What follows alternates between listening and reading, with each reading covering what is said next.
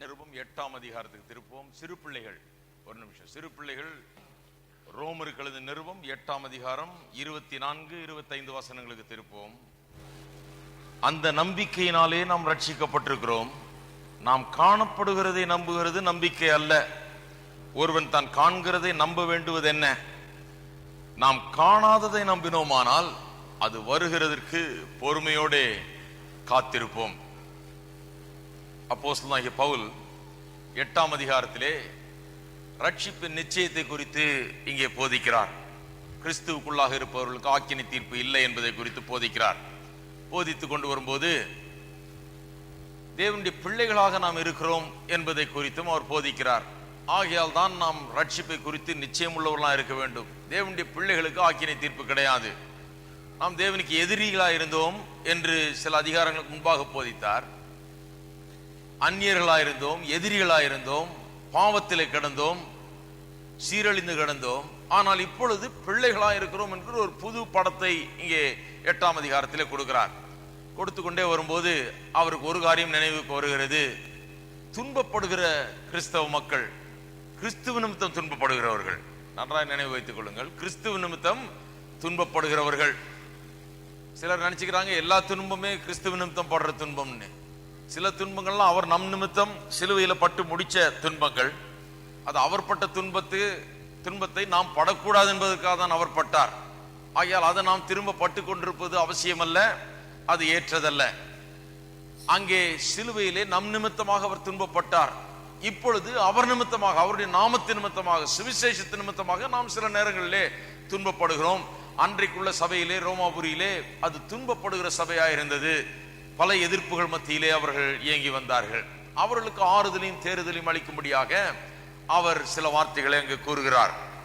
கூறும்போது நமக்கு வரப்போகிற மகிமையின் நம்பிக்கையை குறித்து அவர் போதிக்கிறார்.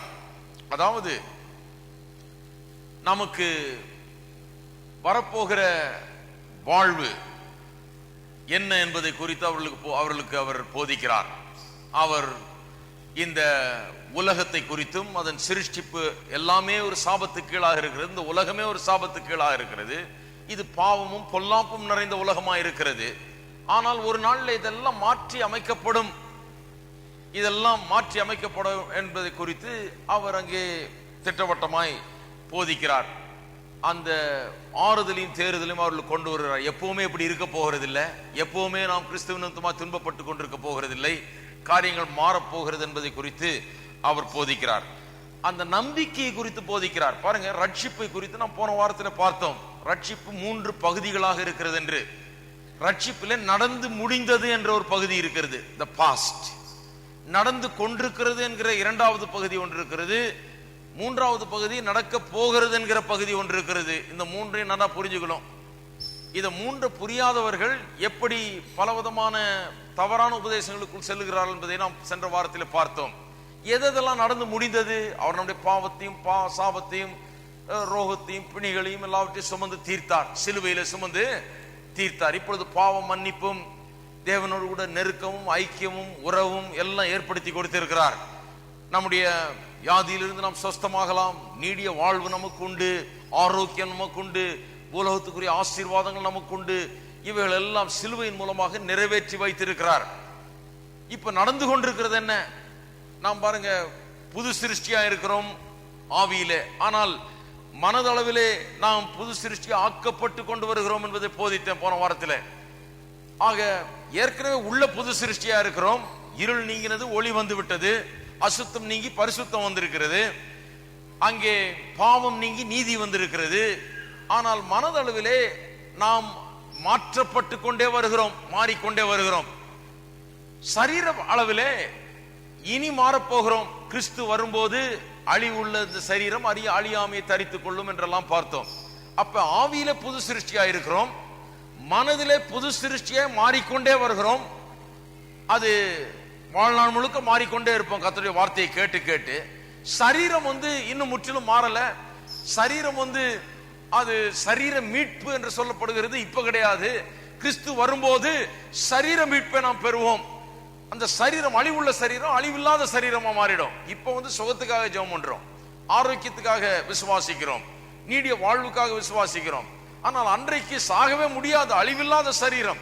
இதெல்லாம் புரியாதவங்க பாருங்க, இந்த 3 கம்பார்ட்மெண்ட்ஸ், இந்த 3 பகுதிகள் ரட்சிப்பு உண்டு என்று புரியாதவர்கள் போட்டு குழப்பி, எது நடந்து முடிஞ்சது, எது நடக்க போகிறது என்பது தெரியாதவர்கள் இதன் மூலமாக குழப்பம் அடைந்து பலவிதமான தவறான காரியங்களுக்குள்ளாய் செல்கிறார்கள். நான் சென்ற வாரம் சொன்னேன்னு நினைக்கிறேன், இங்க சொன்னா இல்ல ஆங்கில ஆராதனையில சொன்னான்னு தெரியல. உலகத்திலே பல நேரங்களில் செத்து போன ஒருவரை வைத்துக் கொண்டு இவர் ரொம்ப பரிசுத்தமா வாழ்ந்தவர், இவர் எப்படி சாகலாம், கர்த்தர் இவர் உயிரோடு எழுப்புவார் நிச்சயமா அப்படின்னு சொல்லி 2-3 நாள் வச்சு இப்படியே புதைக்காம வேடிக்கை பார்த்துட்டு இருந்தவர்கள் எல்லாம் உண்டு. இது 1-2 இடத்துல இல்ல, நிறைய இடத்துல நடந்திருக்குது. ஏன்னா தவறான உபதேசம், தவறான காரியம். இப்பொழுது இந்த சரீரம் அழிவுள்ள சரீரம் தான், இது சாகக்கூடிய சரீரம் தான். ஆனால் ஒரு நாளிலே சாகாமை உள்ள சரீரமா இது மாறப்போகிறது என்பது புரியாதனால இதெல்லாம் ஏற்கனவே நிறைவேறி முடிச்சிருச்சு, இனிமே சாவே நமக்கு கிடையாது என்று நினைத்து கொண்டிருக்கிற அந்த தவறான எண்ணத்தினாலே ஒரு ஆளை பாருங்க, 3 எனக்கு தெரிஞ்சு ஒரு ஆளை 3 நாள் வச்சிருந்தாங்க. 3 நாள் வச்சிருந்து கடைசியில் போலீஸ் வந்து எடுக்கிறீங்களா இல்லையா, போதைக்கிறீங்களா இல்லையான்னு சொன்ன பிறகு கடைசியில் எடுத்தாங்க. அவங்களுக்கு என்ன, இந்த பரிசுத்தவான் எப்படி சாகலாம், இவர் செத்தா எப்படி ஆண்டவர் உயிரோடு எழுப்பிடுவார் அப்படிங்கிற தவறான எண்ணம். எவ்வளவு பெரிய பரிசுத்தவானா இருந்தாலும் இன்றைக்கு இந்த உலகத்திலே சாவு உண்டு, இது அழிவுள்ள சரீரம். இதெல்லாம் நமக்கு சென்ற வாரத்திலே நாம் போதித்தோம். இப்பொழுது நாம் பெற்றிருக்கிற தெய்வீக சுகம், ஆரோக்கியம், நீடிய வாழ்வு, இதெல்லாம் வந்து இது முடிவல்ல, இதுதான் ஆசீர்வாதத்தின் உச்சகட்டம் என்று எண்ணிவிடக் கூடாது. இதெல்லாம் போதிக்கிறோம், இதெல்லாம் ஆசீர்வாதத்தின் உச்சகட்டம் அல்ல. இது வந்து இன்றைக்கு ஆசீர்வாதம், இனி வரப்போகிறது இருக்குது பாருங்க, அது வந்து இதை விட பல மடங்கு மேலானது. இப்ப சுகத்தை அனுபவிக்கிறோம், வியாதிப்பட்டா சுகம் அடைகிறோம், அன்றைக்கு வியாதியே படமாட்டோம். இப்பொழுது ஆரோக்கியத்தோட வாழக்கூடிய ஒரு ஆசீர்வாதம் நமக்கு கொடுக்கப்பட்டிருக்கிறது. ஆனால் அன்றைக்கு அந்த ஆரோக்கியம் என்ற பேச்சை எழாது. சாகக்கூடாத சரீரம், வியாதி தாக்க முடியாத சரீரம், அழிவில்லாத சரீரமாக அது மாறிவிடும். ஆகையால இன்றைக்கு இருக்கிறதுக்கும் நாளைக்கு வர்றதுக்கும் பெரிய ஒரு வித்தியாசம் உண்டு. இன்றைக்கு இருக்கிறது வந்து நாளைக்கு வரப்போகிறதுனுடைய முன்ருசியாய் மட்டுமே இருக்கிறது.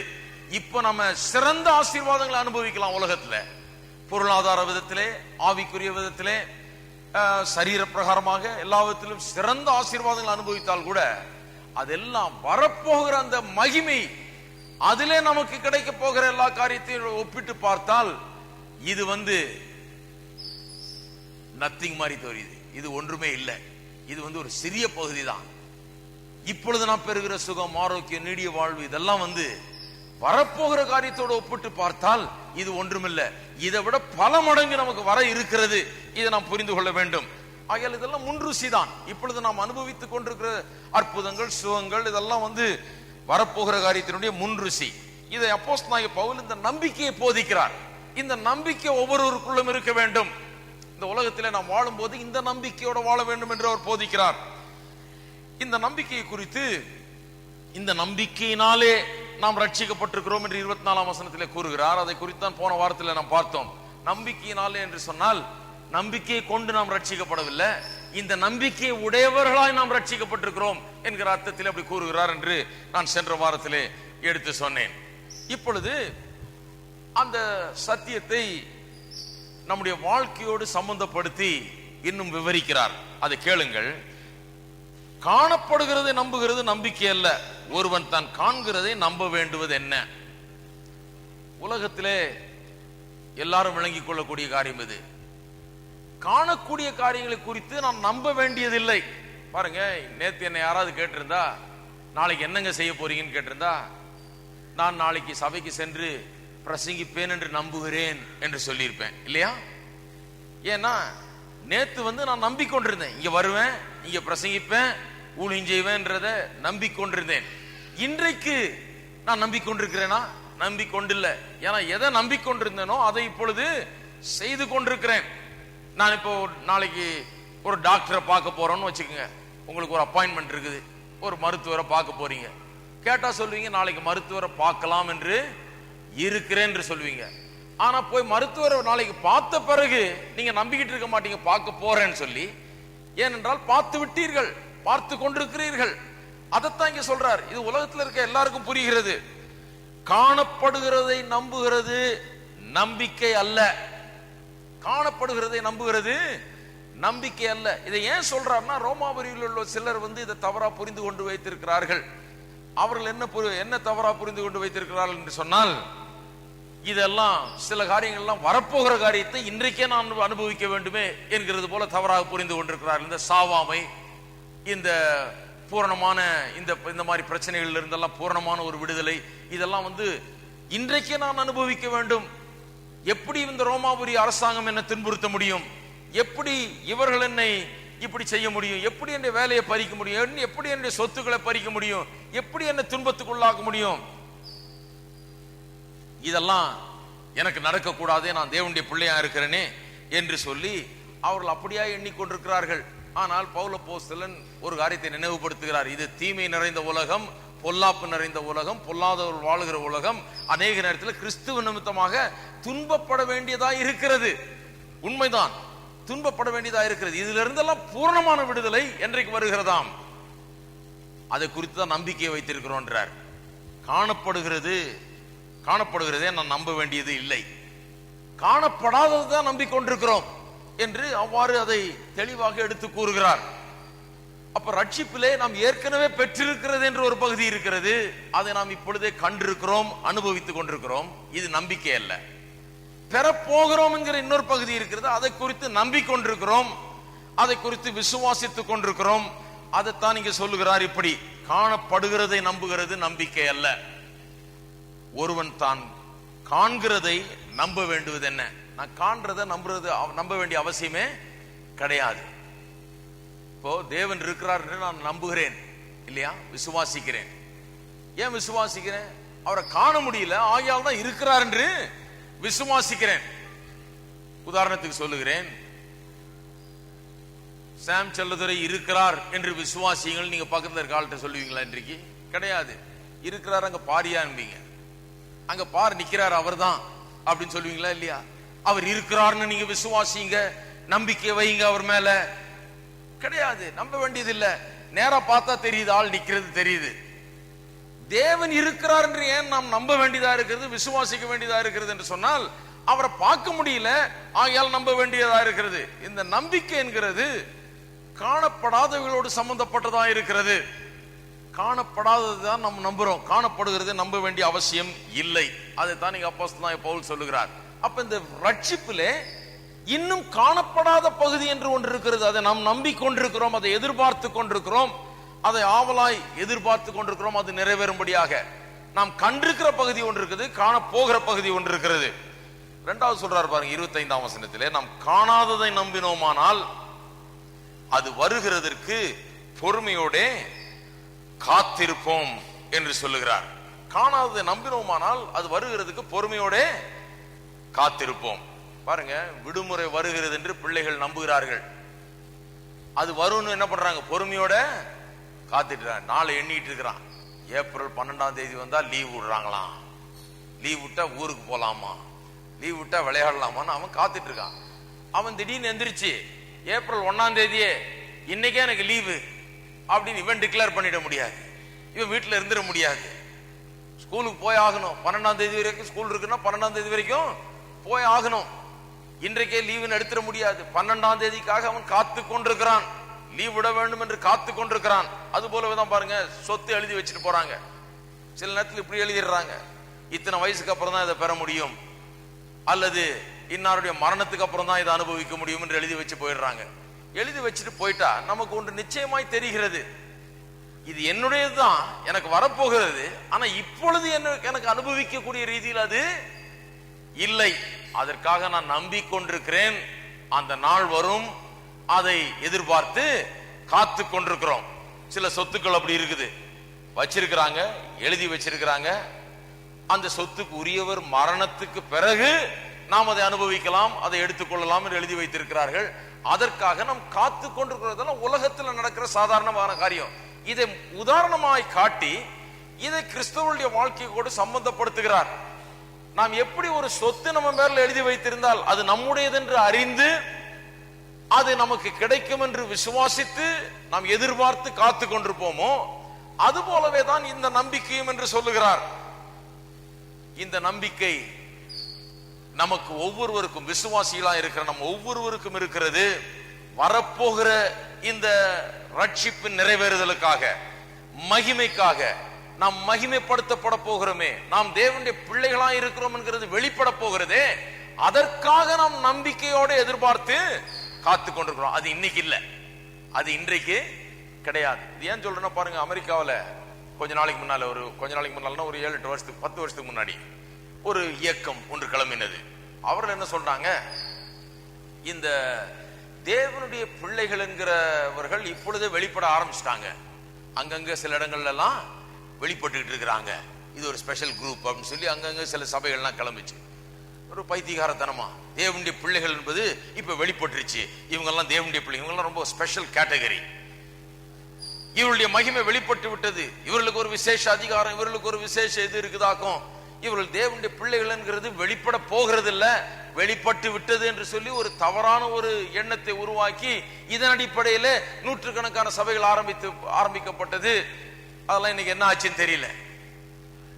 தவறான உபதேசங்கள் அது பாட்டுக்கு வந்து அடிக்குது, அப்புறம் ஓடுது, காத்து மாதிரி சூறாவளி மாதிரி அடிச்சு ஒரு கூட்ட ஜனத்தை அப்படியே நாசமாக்கி ஒண்ணும் இல்லாம ஆக்கிட்டு அது பாட்டுக்கு போகுது. சத்தியத்தை அறியாத ஜனங்கள் இதெல்லாம் விசுவாசித்து இதுல போகிறார்கள்.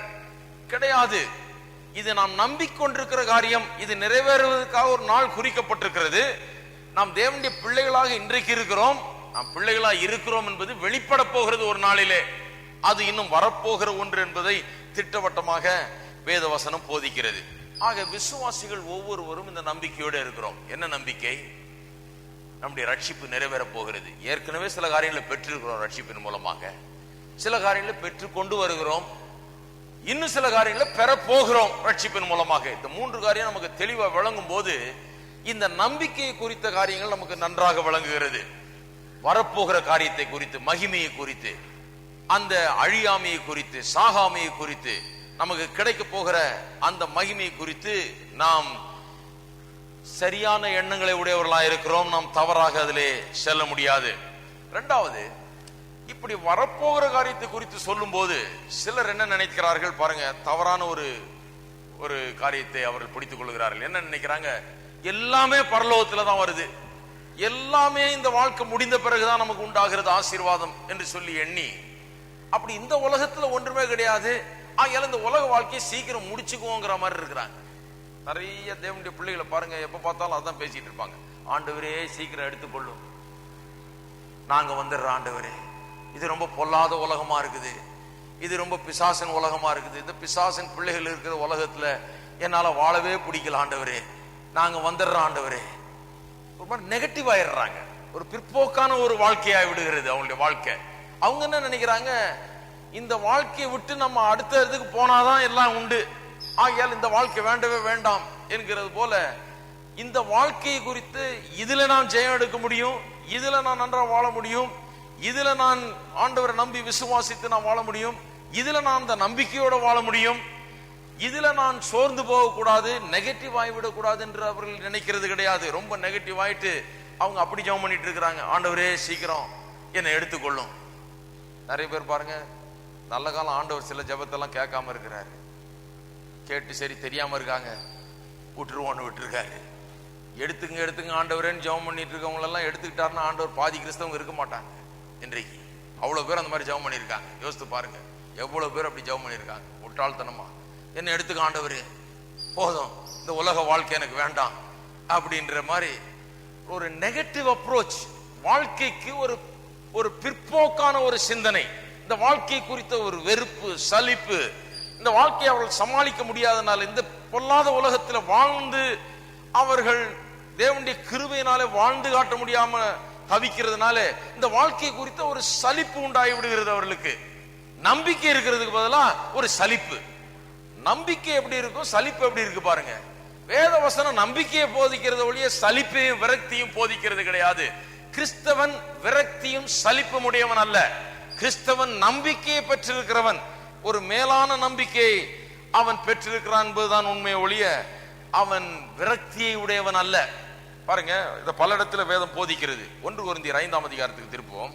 இங்க பவுல் அப்போஸ்தலன் போதிக்கிறார், கிறிஸ்தவ போதனைகளை எப்பொழுதும் பாசிட்டிவா இருக்கணும், நெகட்டிவ் எல்லாம் கிறிஸ்தவ போதனையே கிடையாது.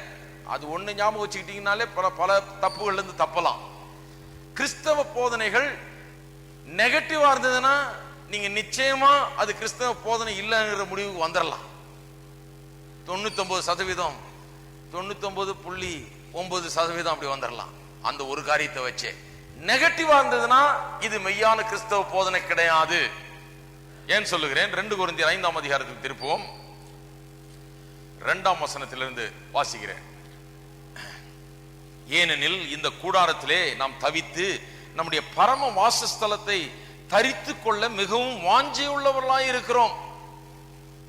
தரித்து கொண்டவர்களானால் நிர்வாணிகளாய் காணப்பட மாட்டோம். இந்த கூடாரத்தில் இருக்கிற நாம் பாரம் சுமந்து தவிக்கிறோம். இந்த போர்வையை களைந்து போட வேண்டும் என்று விரும்பாமல் மரணமானது ஜீவனாலே விழுங்கப்படுவதற்காக போர்வை தரித்தவர்களாய் இருக்க வேண்டும் என்று விரும்புகிறோம். ஒருவேளை உங்களுக்கு எடுத்த உடனே இது விளங்காம இருக்கலாம். நான் சொல்றேன் கேளுங்க. இன்றைக்கு பலவிதமான மார்க்கங்களும் மதங்களும் எப்படி போதிக்கிறார்கள் என்றால், குறிப்பாக நம்ம நாட்டில் இருக்கிற இந்த மார்க்கங்கள் எப்படி போதிக்கிறார்கள் என்று சொன்னால், இந்த உலக வாழ்க்கை பொல்லாதது, இது தீமையால் நிறைந்தது.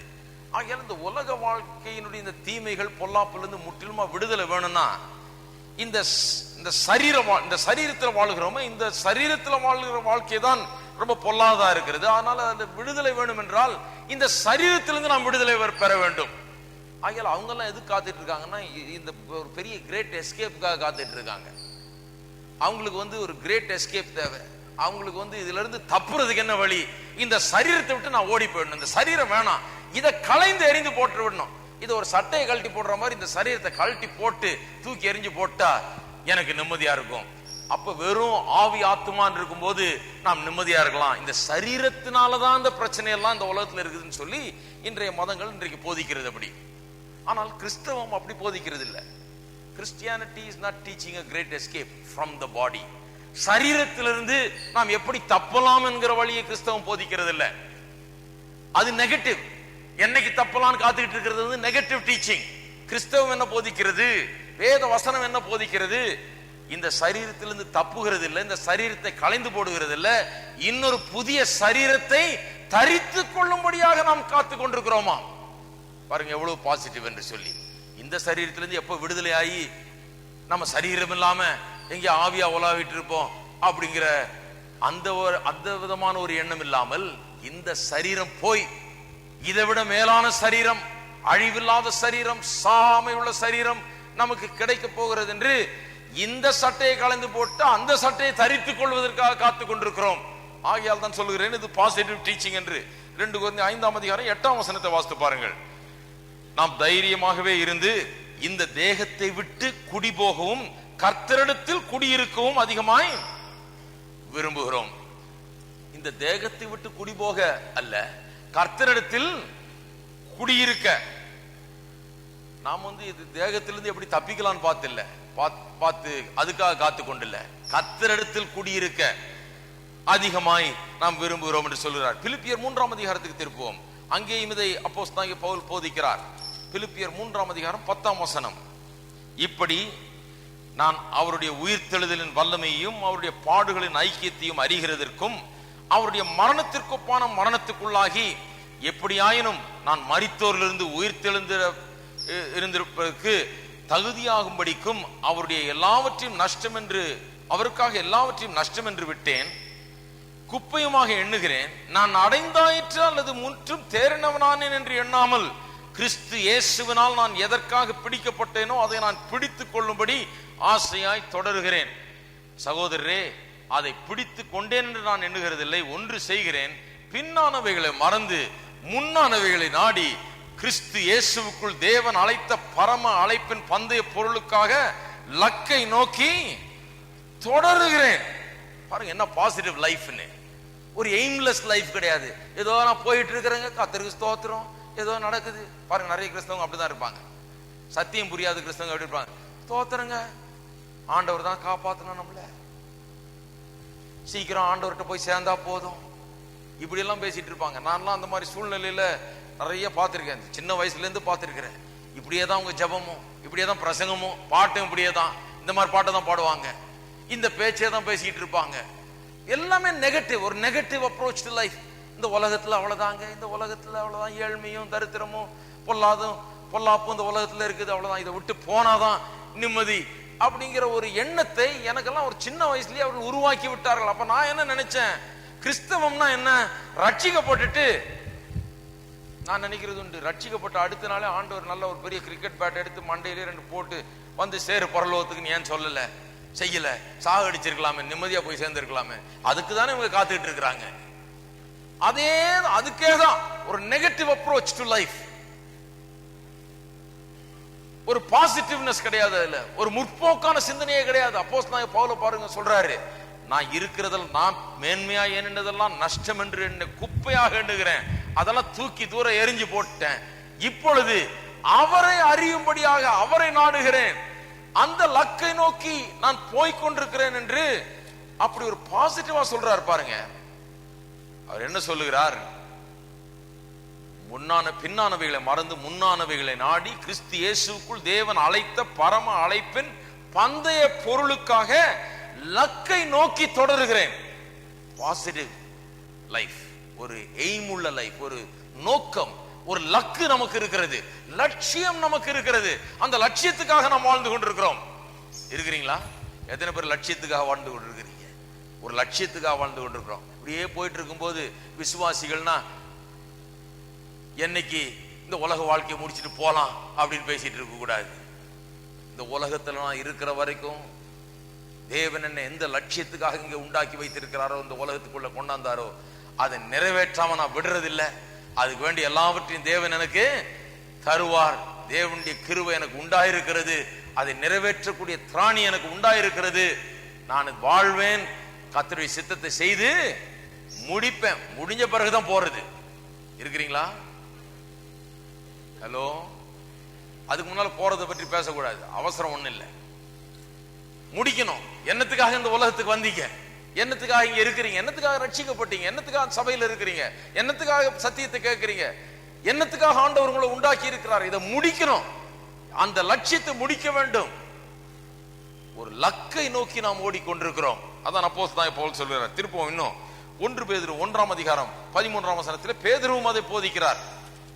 அப்போஸ்தலனாகிய பவுல் மட்டுமல்ல, பேதுருவும் அதை 1 பேதுரு 1:13 போதிக்கிறார். கிறிஸ்தவ போதனை எல்லாமே பாசிட்டிவ் தான். தங்கள் நிமித்தம் அல்ல, 13, ஆகையால் நீங்கள் உங்கள் மனதின் அறையை கட்டிக்கொண்டு, gird up the loins of your mind என்று சொல்லுகிறார். தெளிந்த புத்தி உள்ளவர்களாய் இருந்து இயேசு கிறிஸ்து வெளிப்படும் போது உங்களுக்கு அளிக்கப்படும் கிருபையின் மேல் பூரண நம்பிக்கை உள்ளவர்களாய் இருங்கள். மனதுல சோர்ந்து போகாதீங்க. இருக்கிற சூழ்நிலையெல்லாம் பார்த்துட்டு அப்படியே நம்பிக்கை இழந்து விரக்தியும் சலிப்பும் உண்டாயிடக்கூடாது. அதுக்கு பதிலா என்ன பண்ணணும், உங்கள் மனதின் அறையை கட்டிக்கொள்ள வேணும். மனதுல ஸ்ட்ராங்கா இருக்கணும். கட்டிக்கொண்டு தெளிந்த புத்தி உள்ளவர்களாய் இருந்து இயேசு கிறிஸ்து வெளிப்படும் போது அவருடைய வருகையிலே உங்களுக்கு அளிக்கப்படும் கிருபையின் மேல் பூரண நம்பிக்கை உள்ளவர்களாய் இருங்கள். கிறிஸ்தவன் இப்படியே போயிட்டு வெறுப்பையும் சலிப்பையும் விரக்தியும் காட்டிக் கொண்டிருக்கிறவன் அல்ல. அவன் மனதின் அறையை கட்டிக்கொண்டு பூரண நம்பிக்கையோடு இருக்கிறவன். அன்றைக்கு பாருங்க, கிறிஸ்தவர்கள் ஏகமா துன்பப்பட்டார்கள். கிறிஸ்துவுக்காக ஜீவனை இழந்தார்கள். அநேகம் பேர் சாகடிக்கப்பட்டார்கள், கொல்லப்பட்டார்கள். அப்ப கூட அவர்கள் அந்த பூரண நம்பிக்கையோடு இருந்தார்கள். ஆகையால் தான் அவர்கள் அந்த நேரத்தில் கூட சந்தோஷமாய் அதை ஏற்றுக்கொண்டார்கள். ஏனென்றால் அவர்களுக்கு தெரியும், இது முடிவல்ல, இது வாழ்க்கையின் முடிவல்ல, எனக்காக வேற நம்பிக்கை வைக்கப்பட்டிருக்கிறது என்பது அறிந்திருந்தார்கள். அது அவர்களுக்கு புரிந்திருந்தது. இதுதான் கிறிஸ்தவ போதனைகளின் மேன்மை. மெய்யான கிறிஸ்தவன், உண்மையாகவே ரட்சிக்கப்பட்டவன், கிறிஸ்துவை மெய்யான விதத்தில் அறிந்தவன், கிறிஸ்தவன் என்று பெயர் வைத்திருக்கிறவன் அல்ல, மெய்யாக அறிந்தவன். இப்பேற்பட்ட ஒரு மேலான நம்பிக்கையை அவன் வைத்திருக்கிறான். அந்த நம்பிக்கைக்காக அவன் வாழ்ந்து கொண்டிருக்கிறான். அந்த நம்பிக்கையை நோக்கி போய் கொண்டிருக்கிறான்.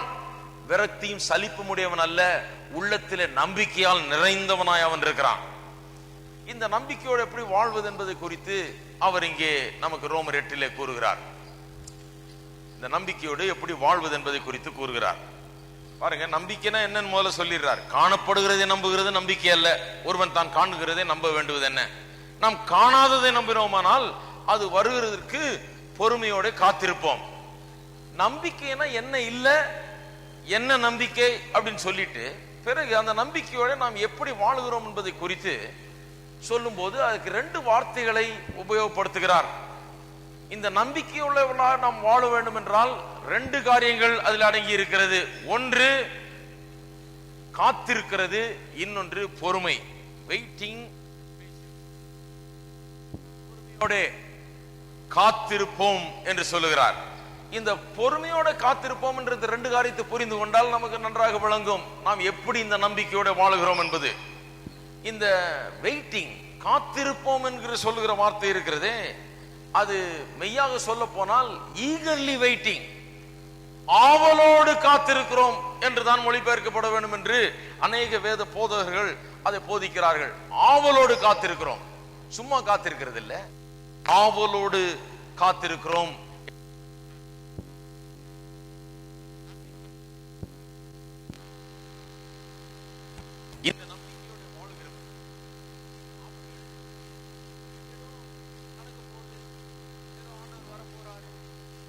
போகுது அப்படின்னு இப்படியே உட்கார்ந்துட்டு காத்திருக்கிறது இல்ல.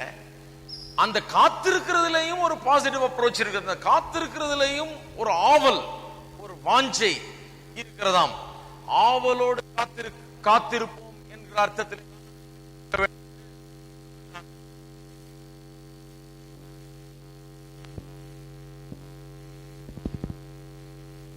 அதற்கு ஆதாரம் என்ன? ஏன் ஆவலோடு காத்திருப்போம் என்று அங்க போட வேண்டும்? அங்க போடல, அப்படி பொறுமையோடு காத்திருப்போம்னு போட்டிருக்கு. பொறுமையோட ஆவலோடு காத்திருப்போம் என்று போட வேண்டும் என்று சொல்லுகிறார்கள். அதை ஏன் சொல்லுகிறார்கள் என்றால் அந்த கான்டெக்ஸ்ட், அது எந்த சந்தர்ப்பத்தில் சொல்லப்பட்டிருக்கிறது என்பதை பார்க்கும் போதே அது ஆதாரமா இருக்கிறது என்று சொல்லுகிறார்கள். பார்ப்போம் 19ஆம் வசனம். மேலும் 8ஆம் அதிகாரம், ரோமர் 8ஆம் அதிகாரம் 10. அவங்க எப்படி காத்துட்டு இருக்காங்களா? சிருஷ்டிப்புகள் ஆவலோடு காத்து கொண்டிருக்கிறது. இந்த மரம் செடி கொடிகள் கூட ஆவலோடு காத்து கொண்டிருக்கிறதாம். அப்படி என்றால் விசுவாசி அதை விட குறைவான விதத்திலே காத்து கொண்டிருப்பான். மரம் செடி கொடிகளே ஆவலோடு காத்து கொண்டிருக்கும் போது விசுவாசியும் ஆவலோடு தான் காத்து கொண்டிருப்பான் என்று கூறுகிறார்கள். ஆகியால் தான் சொல்லுகிறார்கள், பொறுமையோடு காத்திருப்போம் அல்ல, பொறுமையோடு ஆவலோடு காத்திருப்போம் என்று இங்கே வர வேண்டும் என்று சொல்லுகிறார்கள். அது மட்டுமல்ல, ரோமர் 5ஆம் அதிகாரம் 2ஆம் வசனத்திலேயும் அங்கே நாம் பார்க்கிறோம். ரோமர் 5:2, அவர் மூலமாய் நாம் இந்த கிருபையில் பிரவேசிக்கும் ஸ்லாக்கியத்தை விசுவாசத்தினால் பெற்று நிலை கொண்டிருந்து தேவ மகிமையை அடைவோம் என்ற நம்பிக்கையினாலே மேன்மை பாராட்டுகிறோம். அதை ஏற்கனவே நான் சொன்னேன். மேன்மை பாராட்டுகிறோம் என்று சொன்னால் எந்த அர்த்தத்தில் சொல்லப்பட்டிருக்கிறது? தேவ மகிமையை நாம் அடைவோம் என்கிறதை குறித்து நாம் சந்தோஷித்து மகிழ்ந்து அதற்காக நாம் காத்து கொண்டிருக்கிறோம் என்கிற அர்த்தத்திலே தான் அப்படி சொல்லி இருக்கிறது. ஆகவே காத்திருப்போம் என்பது ஏதோ நடக்க போகிறது, நல்லது நாளைக்கு நடக்கும் அப்படின்னு காத்திருக்கிறது இல்ல, ஆவலோடு காத்திருக்கிறோம். சங்கீதம் 130, அது எப்பேற்பட்ட காத்திருப்பு என்பது இந்த சங்கீதத்திலிருந்து நமக்கு விளங்கும். சங்கீதம் 130:5, 130வது சங்கீதம் 5வது வசனம்.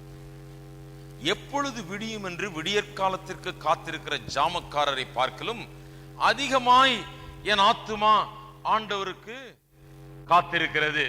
இது எப்பேற்பட்ட காத்திருக்கிறது என்று, காத்திருத்தல் என்பதை குறித்து இங்க பார்க்கிறோம்.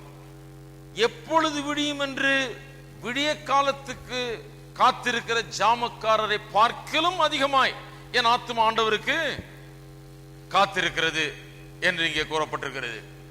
அதாவது அங்க சங்கீதக்காரன் ஒரு காரியத்தை வர்ணிக்கிறார். நைட் டியூட்டி பார்க்கிற ஆட்களை மனசுல வச்சு சொல்றாருன்னு நினைக்கிறேன். ஜாமக்காரர்கள் நான் ரா முழுக்க முழிச்சிருந்து வேலையை பார்க்கிறார்கள். ரா முழுக்க முழித்திருக்கிறவர்கள் காலை எப்ப வரும்னு பார்த்து கொண்டிருக்கிறார். ஏன்னா காலம் வந்தோன்னு டியூட்டி முடிஞ்சு போய் அவங்க ரெஸ்ட் எடுக்கலாம், நைட் டியூட்டி முடிஞ்சு.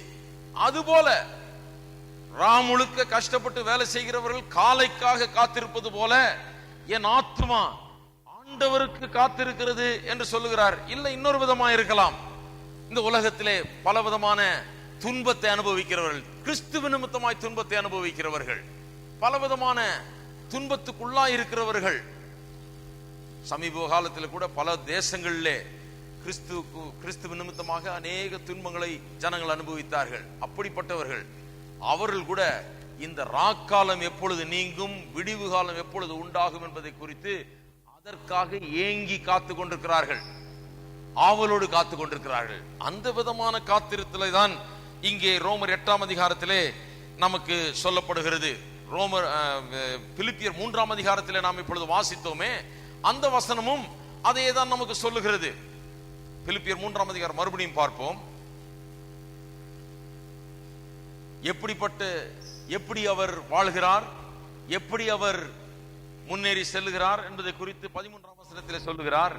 சகோதரரே, அதை பிடித்துக் கொண்டேன் என்று நான் எண்ணுகிறதில்லை, ஒன்று செய்கிறேன், பின்னானவைகளை மறந்து முன்னானவைகளை நாடி கிறிஸ்துவுக்குள் தேவன் அழைத்த பரம அழைப்பின் பந்தய பொருளுக்காக லக்கை நோக்கி தொடருகிறேன்.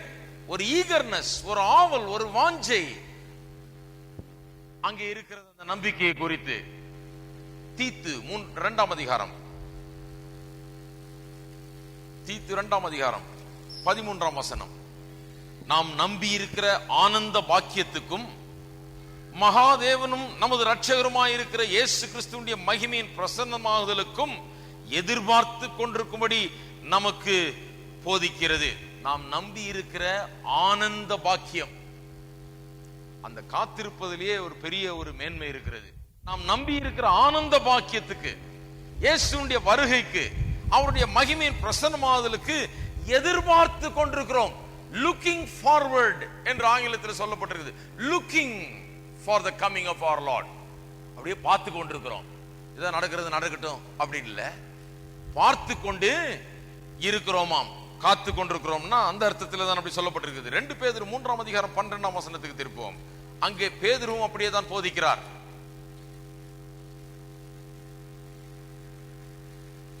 தேவனுடைய நாள் சீக்கிரமாய் வரும்படிக்கு மிகுந்த ஆவலோடே காத்திருங்கள்.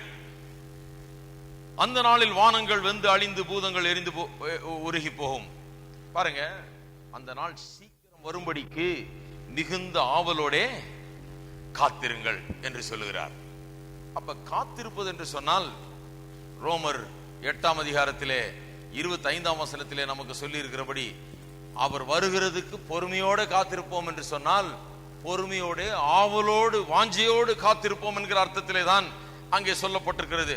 அந்த காத்திருக்கிறதுல ஒரு பெரிய சந்தோஷமும் ஆனந்தமும் ஒரு பெரிய மகிழ்ச்சியும் ஒரு எதிர்பார்ப்பும் அடங்கி இருக்கிறது. அந்த நம்பிக்கைக்காக நாம் காத்து கொண்டிருக்கிறோம். இப்பொழுது நாம் அனுபவிக்கிறோம், தெய்வீக சுகத்தை அனுபவிக்கிறோம், விடுதலை அனுபவிக்கிறோம், பிசாசின் மீது அதிகாரத்தை அனுபவிக்கிறோம், ஆரோக்கியத்தை அனுபவிக்கிறோம், நீடிய வாழ்வை அனுபவிக்கிறோம், பலவிதமான உலக பிரகாரமான ஆசீர்வாதங்களை அனுபவிக்கிறோம்.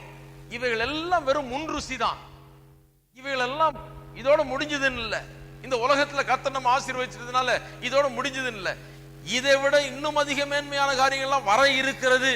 அதை நோக்கி ஆவலோடு நம்பிக்கையோடு நாம் காத்து கொண்டிருக்கிறோம் என்று, வாஞ்சியோடு காத்து கொண்டிருக்கிறோம் என்று இங்கே பவுல் அப்போஸ்தலன் போதிக்கிறார். இந்த ஆவலான நம்பிக்கை, வாஞ்சை ஒவ்வொரு விசுவாசிக்குள்ளும் இருக்க வேண்டும். இரண்டாவது, பொறுமையோடு காத்திருக்கிறோம் என்று சொல்லுகிறார். பொறுமையோடு என்று சொல்லும் போது என்ன அர்த்தத்திலே அங்கு சொல்லப்பட்டிருக்கிறது என்பதையும் நாம் பார்க்க வேண்டும். பொறுமையோடு என்று சொன்னால் சில நேரத்தில் நினைக்கிறாங்க, பொறுமைன்னு சொன்னா ஒண்ணுமே செய்யாம அப்படியே இருக்கிறது. சில நேரத்தில் சில ஆளுங்க பாருங்க, அப்படியே மந்தமா இருப்பாங்க, அவங்கள ரொம்ப பொறுமைசாலின்றாங்க ஜனங்க. அது பொறுமையே கிடையாது. அவங்க கொஞ்சம் கூட சிந்திக்கிறது கிடையாது, செயல்படுறது கிடையாது, ஒண்ணும் கிடையாது, பேசாம இருப்பாங்க, அவரை பொறுமைசாலின்றாங்க. அந்த பொறுமையை வேதம் போதிக்கல. பொறுமையோட காத்திருப்போம் என்று சொன்னால், பொறுமை என்கிறது ஒரு பெரிய ஆவிக்குரிய ஒரு குணம். வேதம் போதிக்கிறபடி பார்த்தால் பொறுமை என்கிறது ஆவிக்குரிய ஒரு குணம். அது ஒரு மனதில் ஒரு உறுதி, ஒரு ஆழமான உறுதியும் ஒரு சகிப்பு தன்மையும் அது எடுத்து காட்டுகிறது. பொறுமையோட காத்திருப்போம் என்று சொன்னால் உள்ளத்திலே ஆழமான உறுதியை வைத்துக் கொண்டு மற்ற காரியங்கள் எல்லாம் சகித்துக் கொண்டு தேவனுடைய வருகைக்காக ஆவலோடு வாஞ்சித்து காத்திருப்பதை குறித்து தான் அப்படி சொல்லப்பட்டிருக்கிறது. பாருங்க, பொறுமையோட நாம் ஏன் காத்திருக்கிறோம் என்று சொன்னால் நம்பிக்கை இருக்கிறது, ஆகையால் தான் காத்திருக்கிறோம். ஒரு சொத்து எழுதி வச்சிருக்கிறாங்க, அந்த சொத்து இருக்குதுன்றதுனாலதான் பொறுமையோட அவன் காத்திருக்கிறான். இருக்குதுன்ற நிச்சயம் இருக்குது, எழுதி வச்சுட்டாங்கன்ற நிச்சயம் இருக்குது, வரப்போகிறது என்கிற நிச்சயம் இருக்கிறது அவனுக்கு. நாள் குறிக்கப்பட்டு விட்டது, அந்த நாள்ல இவனுக்கு அது வந்து சேரும் என்று அங்க எழுதப்பட்டிருக்கிறது. அப்ப பொறுமையோடு காத்திருப்பது ஒரு கடினமான காரியம் கிடையாது. சரி பரவாயில்ல, அது 5 வருஷம் ஆனாலும் சரி, 10 வருஷம் ஆனாலும் சரி, 20 வருஷம் ஆனாலும் சரி, அது எனக்கு தான் வரப்போகிறது என்று அவன் பொறுமையோடு காத்திருக்கிறான். அதைத்தான் இங்கே சொல்லுகிறது. இது நடக்க போகிறது, கிறிஸ்து வரப்போகிறார், நாம் மகிமைப்பட போகிறோம், நம்முடைய மகிமை வெளிப்பட போகிறது, நாம் தேவனுடைய பிள்ளைகள் என்பது விளங்க போகிறது என்பது நிச்சயம். அந்த நிச்சயம் நமக்கு இருக்கிறபடினால நம்பிக்கையோட பொறுமையோட நாம் காத்திருக்க முடிகிறது என்று வேதம் வசனம் போதிக்கிறது. பாருங்க, இந்த உலகத்தில் இருக்கிற அவிசுவாசிகள், கிறிஸ்துவை அறியாதவர்களுக்கு அப்படிப்பட்ட ஒரு நம்பிக்கை கிடையாது. அவர்கள் எதற்காக காத்திருக்கக்கூடிய ஒரு நிலையில் அவர்கள் இல்லை. அவர்களுக்கு எந்த விதமான நம்பிக்கையும் போதிக்கப்படவில்லை. அவர்கள் எதை நோக்கி காத்துக் கொண்டிருக்கிறார்கள்? ஒன்றுமே கிடையாது. அவர்களுக்கு எதிர்பார்க்கக்கூடிய ஒன்றும் கிடையாது. அவளோடு வாஞ்சிக்கக்கூடிய காரியம் ஒன்று இந்த உலகத்தில் கிடையவே கிடையாது. அவர்கள் ஒரு வாழ்க்கையே ஒரு பெரிய ஒரு சூன்யமா இருக்கிறது. அவர்களுக்கு எதை நோக்கியும் எதிர்பார்த்தவர்கள் காத்திருக்கிறவர்கள் அல்ல, காத்திருக்க முடியாது. ஏனென்றால் நம்பிக்கை அவர்களுக்கு போதிக்கப்படுகிறது இல்லை. சங்கீதம் 112க்கு திருப்போம். அங்கே இந்த பொறுமையோடு காத்திருக்கிற மனுஷனை குறித்து நாம் வாசிக்கிறோம். அவன் எப்படிப்பட்டவன் என்பதை இங்கே சங்கீதக்காரன் வர்ணிக்கிறார். 112ஆம் சங்கீதம் 6ஆம் வசனம். அவன் என்றென்றைக்கும் அசைக்கப்படாதிருப்பான். இருக்கீங்களா? யார் அவன்? விசுவாசி. இதுதான் பொறுமை. பொறுமைனா என்ன? அவன் தத்தி பேசாம இருக்கான், பேசாம மீதல ஒன்னும் செய்ய மாட்டான், இருப்பான், என்ன நடக்குது நடந்து போட்டோம், அதல்ல. இவன் அசைக்கப்பட மாட்டான். உலகத்துல இருக்கிற நிறைய பேருக்கு பொறுமை இல்லை. அவங்களுக்கு சில நேரத்துல புத்தி இல்லாம இருக்கிறாங்க. அதை போய் நம்ம பொறுமை நினைச்ச கூடாது. எது நடக்குதோ நடக்கட்டும், போட்டோம், நான் அப்படியே உட்கார்ந்துருக்கேன் அப்படிங்கிறவங்கலாம் பொறுமை கிடையாது. பொறுமை உள்ளவன் யார்? அவன் என்றென்றைக்கும் அசைக்கப்படாதிருப்பான். அதான் பொறுமை. அசைக்கப்படாதிருப்பான். அவனுக்கு உள்ளத்துல ஒண்ணு தெரியுது, இதெல்லாம் ஒண்ணும் கிடையாது, இதெல்லாம் என்ன ஒண்ணும் பண்ண முடியாது, இதெல்லாம் என்ன ஒண்ணும் பாதிக்க முடியாது, இதெல்லாம் என்னுடைய டெஸ்டினி, என்னுடைய முடிவை, நான் போற லக்க இதெல்லாம் மாத்தவே முடியாது, இவைகள் எல்லாம் என்ன ஒண்ணுமே செய்ய முடியாதுங்கிற ஆழமான நம்பிக்கை அவனுக்குள்ள இருக்குது. அவன் என்றென்றைக்கும் அசைக்கப்படாதிருப்பான். நீதிமான் நித்திய கீர்த்தி உள்ளவன், துர்ச்செய்தியை கேட்கிறதுனால் பயப்படான். பாருங்க, இன்றைக்கு நிறைய பேருக்கு, கிறிஸ்தவங்களை சொல்றேன், கிறிஸ்தவர்களை சொல்லுகிறேன், இன்றைக்கு துர்ச்செய்தியை கேட்ட உடனே அவர்களுக்கு பயம்தான். அந்த உலகத்தில் நடக்கிற சம்பவங்களும் அவர்களுக்கு பயத்தை ஊட்டுகிறது. யுத்தங்களும் யுத்தங்களை குறித்த செய்திகளும் அங்கங்கே நடக்கிற காரியங்களை குறித்து அவர்கள் கேட்கும் போது உள்ளத்தில் ஒரு பயமும் திகிலும் அவர்களுக்கு உண்டாகிறது. ஏன்னா நம்பிக்கை அவர்களுக்கு போதிக்கப்படவில்லை. என்னாகுமோ ஏதாகுமோ ஒரு நிச்சயமில்லாத ஒரு நிலை அவர்களுக்குள்ள வந்து விடுகிறது. ஆனால் இங்கே இந்த நீதிமான குறித்து சொல்லும் போது சொல்லி இருக்குது, துர்ச்செய்தியை கேட்கிறதுனால அவன் பயப்படான். இந்த உலகத்துல யுத்தம் நடக்குதுன்னா அது நடந்துதான் ஆகும். அது அப்படிப்பட்ட உலகம். இது பிசாசு ஆளுகிற உலகம். இது பொல்லாப்பு நடக்கிற உலகம். இதுல பிசாசின் மக்கள் வாழுகிற உலகம். இது தீமைகளும் பொல்லாப்புகளும் நிறைந்த உலகம். இதை குறித்து இவன் ஒன்றும் சர்ப்ரைஸ் ஆயிடுறது இல்லை, இதை பற்றி ஒரு ஆச்சரியப்படுறது இல்லை, இதை பற்றி ஒரு பயப்படுறதும் கிடையாது. அந்த உலகத்தை பற்றி அவன் நன்றாக அறிந்து வைத்திருக்கிறான். வரப்போகிற உலகத்தை குறித்தும் அவன் நன்றாக அறிந்து வைத்துக்கிறான். ஆகையால் தான் துர்ச்செய்தியை கேட்கிறதுனால அவன் பயப்படுகிறது கிடையாது. அவனுக்கு தெரியும் இந்த உலகம் அதெல்லாம் நிறைஞ்சு கிடக்குதுன்னு. இந்த உலகம் அந்த தீமையான காரியங்களால் நிறைந்து கிடக்கிறது என்பதை அவன் அறிந்திருக்கிறான். பாருங்க, அவன் இருதயம் கர்த்தரை நம்பி திடனாயிருக்கும். எல்லாரும் சொல்லுங்க பாப்போம் இத. அவன் என்றென்றைக்கும் அசைக்கப்படாதிருப்பான்.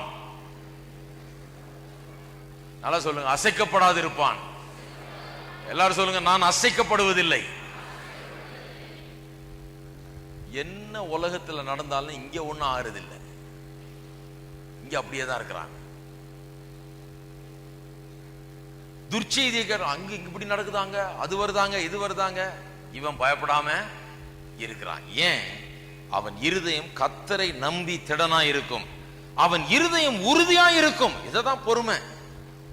இப்படிப்பட்ட மனுஷனை தான் பொறுமையோடு காத்திருக்கிறத பற்றி சொல்லி இருக்கிறதாங்க. அவன் இருதயம் உறுதியா இருக்கும். அவன் தன் சத்துருக்களில் சரி கட்டுதலை காண மட்டும் பயப்படாதிருப்பான்.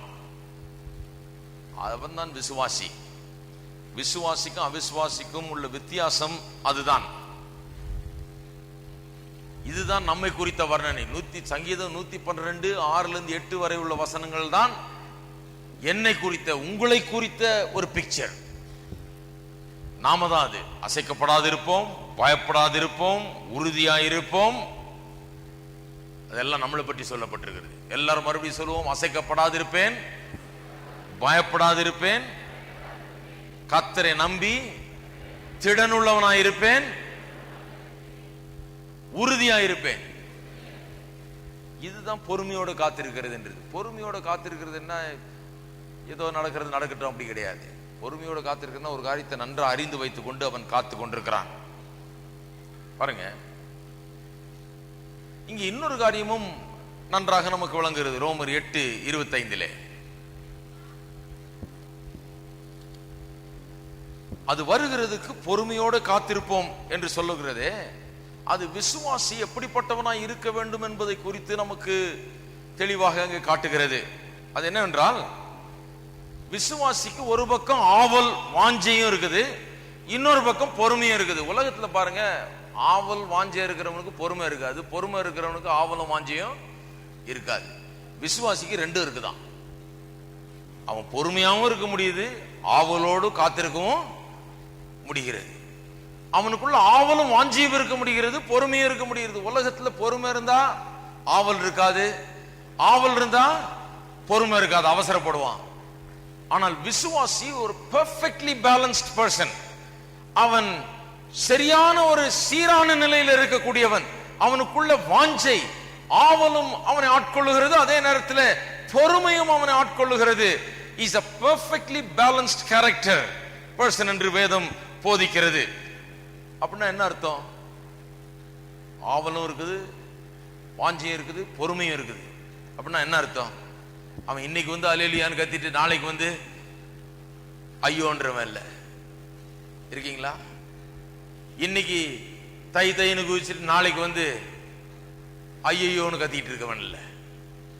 அவன் இன்னைக்கு எப்படி இருக்கிறானோ அதே போலதான் நாளைக்கு இருக்கிறான், நாளைக்கு எப்படி இருக்கிறானோ அதே போலதான் அடுத்த நாளும் இருக்கிறான். கர்த்தருக்குள்ள சந்தோஷமா இருக்கிறான், நம்பிக்கையுள்ளவனா இருக்கிறான், உறுதியா இருக்கிறான், பயப்படாது இருக்கிறான், திடன் உள்ளவனா இருக்கிறான். அவனை வந்து சூழ்நிலைகள் வந்து அப்பப்ப மாத்தி மாத்தி மாத்தி அவனுடைய மூட கலைக்கிறது இல்லை. அவன் ஒரு நேரம் சந்தோஷம் உள்ளவனாகும், இன்னொரு நேரம் சந்தோஷம் இல்லாதவனாகும், ஒரு நேரம் ரொம்ப உற்சாகம் உள்ளவனாகும், இன்னொரு நேரம் பின்மாறி போறவனாகும். அப்படி இருக்கிறவன் அல்ல விசுவாசி என்கிறவன். ஒரு ஸ்டெபிலிட்டியோட இருக்கிறான், ஒரு சீரான நிலையில அவன் இருக்கிறான்.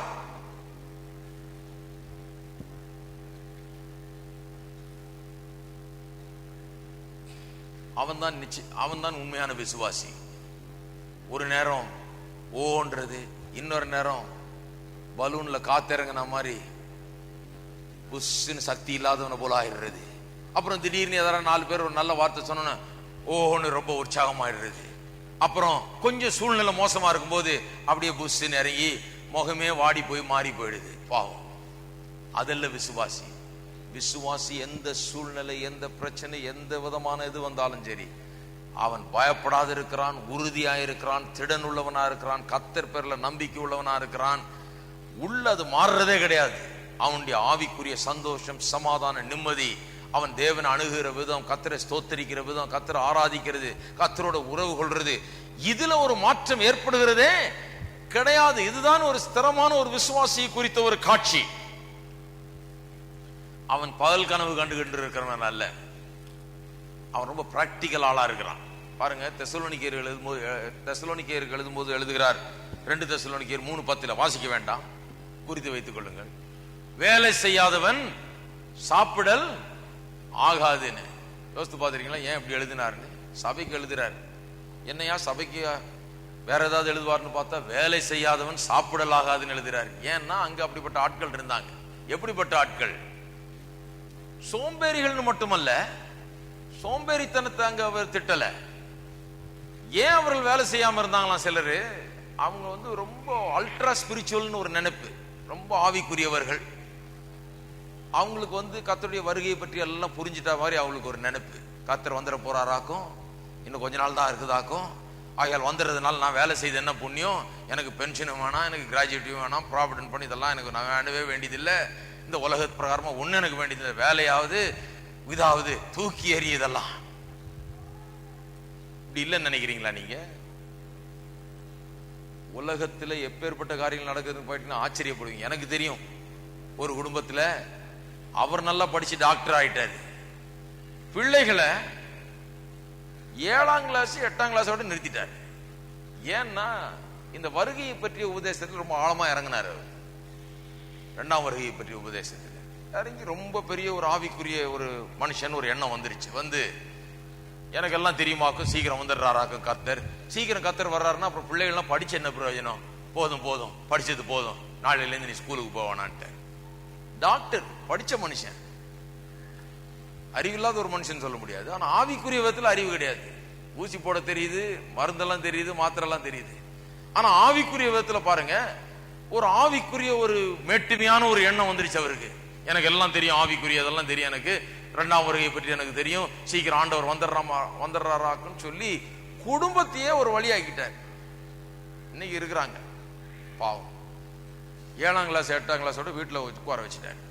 போகாதே நம்ம ஸ்கூலுக்கு, கர்த்தர் சீக்கிரம் வந்துடுறாராக்கும், வந்துட்டா இதெல்லாம் வேஸ்ட் ஆயிடுமாக்கும்.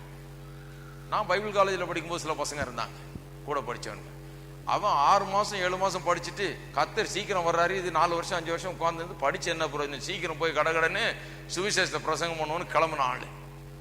ஒரு சரியான ட்ரைனிங் இல்லாம, ஒரு சரியான ஒரு பயிற்சி இல்லாம, ஏதோ இவங்க தான் போய் எல்லாத்தையும் செய்து பிடிக்கிற மாதிரி கிளம்பி கடைசியில நடுவழியில ஒண்ணுமில்லாம போனார்கள்.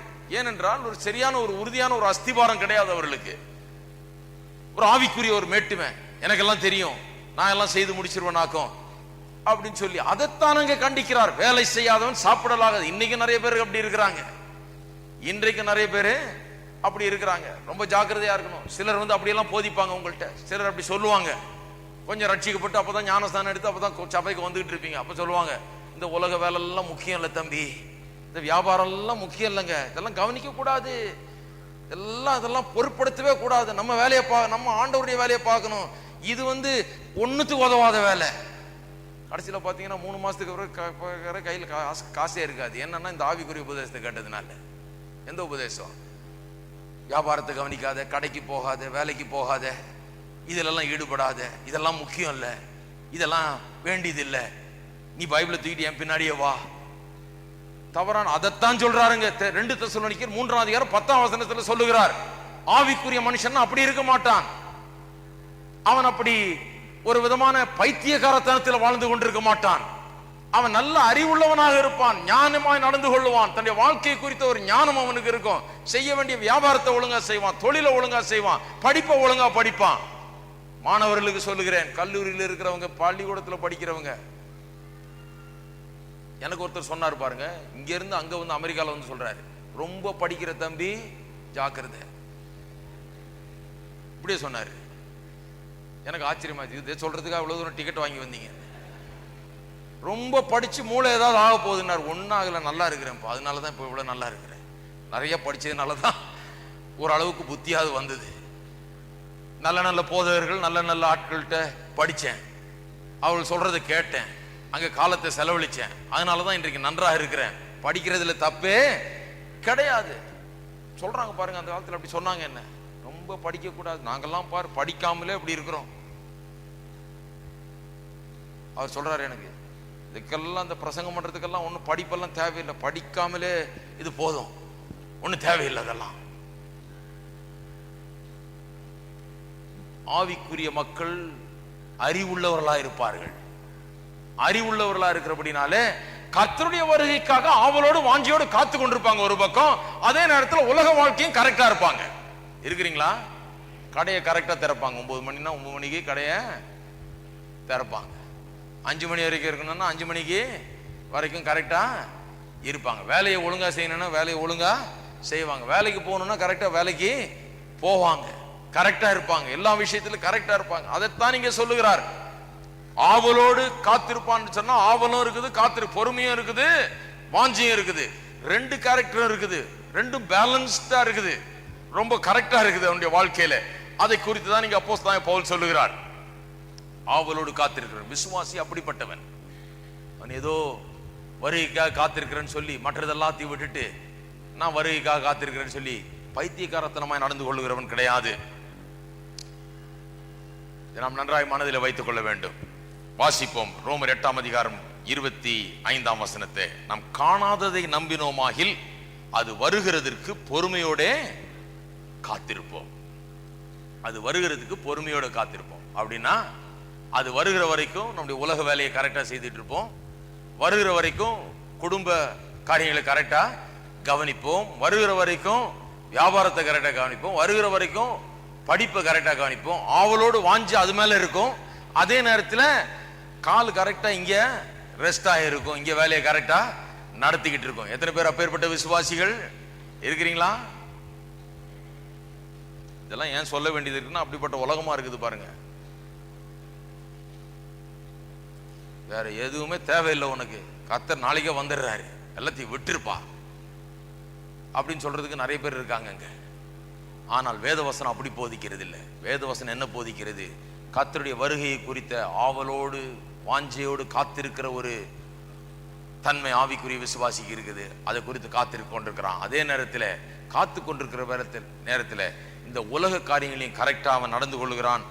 உலகத்தில் கர்த்தருக்காக அவன் வாழுகிறான், கர்த்தருக்காக அவன் ஜீவிக்கிறான். அதைத்தான் இங்கே போதிக்கிறார் அப்போஸ்தலனாகிய பவுல். கர்த்தர் நல்லவர். ஒரு நோக்கத்தோடு நம்மை ரட்சித்திருக்கிறார், ஒரு நோக்கத்தோடு அழைத்திருக்கிறார், நோக்கத்தோடு கொண்டு வந்திருக்கிறார், ஒரு நோக்கத்தோடு இங்க உட்கார வைத்திருக்கிறார், நோக்கத்தோடு சத்தியத்தை கேட்க வைத்திருக்கிறார், ஒரு பெரிய நோக்கத்தை நிறைவேற்ற இருக்கிறார். அந்த நோக்கம் நிறைவேறுவதற்காக நாம் வாழ்ந்து கொண்டிருக்க வேண்டும். அந்த லக்கை நோக்கி நாம் தொடர்ந்து முன்னேறி சென்று கொண்டு இருக்க வேண்டும். எல்லாரும் எழுந்து நிற்போம்.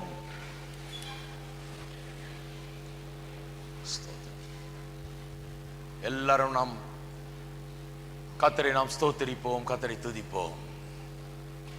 கர்த்தருடைய சத்தியத்துக்காக நாம் கர்த்தரை ஸ்தோத்திரிப்போம். நமக்குள்ளே இருக்கிற அந்த நம்பிக்கைக்காக நாம் கர்த்தரை ஸ்தோத்திரிப்போம். அந்த நம்பிக்கை உடையவர்களாய் நாம் ரட்சிக்கப்பட்டிருக்கிறோம். நம்பிக்கையுடைய மக்கள் நாம். ஹல்லேலூயா, ஸ்தோத்திரம். அந்த நம்பிக்கைக்காக நாம் கர்த்தரை ஸ்தோத்திரிப்போம். கிறிஸ்து வரப்போகிறார். நமக்கு சாகாமை அழியாமை காத்து கொண்டிருக்கிறது. நாம் தேவனுடைய பிள்ளைகள் என்பது விளங்க பண்ணப்பட போகிறது. நாம் மகிமைப்படுத்தப்பட போகிறோம். அந்த நம்பிக்கை உடையவர்களாய் நாம் இருக்கிறோம். அது நிறைவேற போகிறது. நம்முடைய ரட்சிப்பு நிறைவேற போகிறது. நம்முடைய ரட்சிப்பில் இன்னும் மீதி நடக்க வேண்டிய காரியங்கள் இருக்கிறது. அது நடக்க போகிறது. நடக்க வேண்டியதெல்லாம் நடந்து முடிந்து விட்டது. நடக்க போகிறது, நிச்சயமாய் நடக்க போகிறது. அதற்காக ஆவலோடு வாஞ்சையோடு நாம் காத்திருப்போம். ஸ்தோத்திரம், ஸ்தோத்திரம் கர்த்தாவே. காத்திருக்கிற வேளையிலே இந்த உலகத்திலே கிறிஸ்துவ நிமித்தமாய் நாம் துன்பப்படும் போது அதை குறித்து சோர்ந்து போகக்கூடாது. அதை குறித்து சலிப்போ விரக்தி அடையக்கூடாது.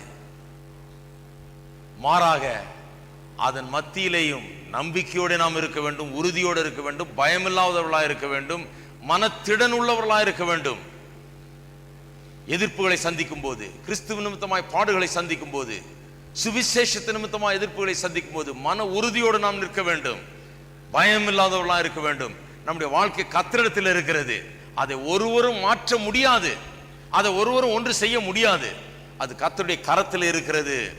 ஹல்லேலூயா, ஸ்தோத்திரம், ஸ்தோத்திரம் கர்த்தாவே, உமக்கு ஸ்தோத்திரம். இன்றைக்கு தேவைகளோடு வந்திருக்கிற மக்களுக்காக நாம் ஜெபிக்க போகிறோம். இன்றைக்கு பலவிதமான வியாதிகள், கஷ்டங்கள், துன்பங்களில் வந்திருக்கிறவர்கள், பலவிதமான தேவைகளில் வந்திருக்கிறவர்கள், அவர்களுக்காக ஜெபிக்க போகிறோம். அந்த பாரங்களை நீங்கள் இன்றைக்கு இறக்கி வைக்கலாம். உங்கள் பாரங்களை அவர் சுமந்து தீர்த்தார். அப்படிப்பட்டவர்கள் கரங்களை உயர்த்தினால் உங்களுக்காக ஜெபிக்க போகிறோம். ஹல்லேலூயா, ஸ்தோத்திரம். எங்கள் அன்பின் பிதாவே, கர்த்தராகிய இயேசுவின் நாமத்தில் மண்ணில் வருகிறோம்.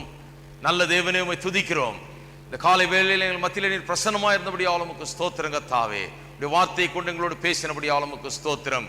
இந்த பரம நம்பிக்கை எங்களுக்குள்ளே வைத்திருக்கிறபடியால் உமக்கு ஸ்தோத்திரம் கர்த்தாவே. ரட்சிப்பு நிறைவேறப் போகிறது என்பதை ஆவலோடு வாஞ்சித்து காத்து கொண்டிருக்கிறோம் கர்த்தாவே. அதே நேரத்திலே நிறைவேறி இருக்கிற சகல காரியங்களை உரிமையோடு நாங்கள் எடுத்துக்கொள்கிறோம். சுகமும் ஆரோக்கியமும் பலனும் நீடிய வாழ்வும் ஆசீர்வாதமும் செழிப்பும் நன்மைகளும் இந்த வாழ்க்கைக்குரியது. அது எங்களுக்காக நியமிக்கப்பட்டிருக்கிறது. சிலுவையின் மூலமாக இயேசு அதை சம்பாதித்து கொடுத்திருக்கிறார் என்பதை நாங்கள் விசுவாசிக்கிறோம். இயேசுவின் நாமத்தினால் அதை இன்றைக்கு எடுத்துக்கொள்கிறோம். சுகத்தை எடுக்கிறோம், ஆசீர்வாதத்தை எடுக்கிறோம், சந்தோஷத்தை சமாதானத்தையும் எங்களுடையது ஆக்கிக் கொள்ளுகிறோம்.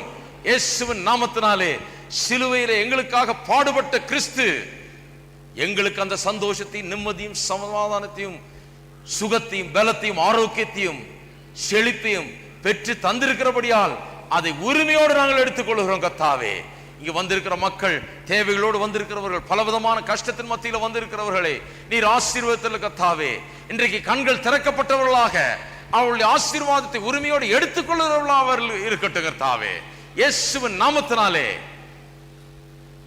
ஒரு பெரிய மாறுதல் அவருடைய வாழ்க்கையில உண்டாகட்டும். அவர்கள் விசுவாசத்திலே முன்னேறி செல்லட்டும். இயேசு பெற்று தந்திருக்கிற ஆசீர்வாதங்களை தங்களுடையது ஆக்கிக் கொள்ளட்டும். இன்றைக்கே உமக்கே கனம், மகிமை, துதி எல்லாவற்றையும் ஏறெடுக்கிறோம். இயேசுவின் நாமத்திலே ஜெபிக்கிறோம். ஆமென். நம்முடைய கர்த்தராகிய இயேசு கிறிஸ்துவின் கிருபையும் பிதாவாகிய தேவனுடைய அன்பும் பரிசுத்த ஆவியானவருடைய ஐக்கியமும் நம் அனைவரோடும் இன்றைக்கும் என்றைக்கும் இருப்பதாக. ஆமென்.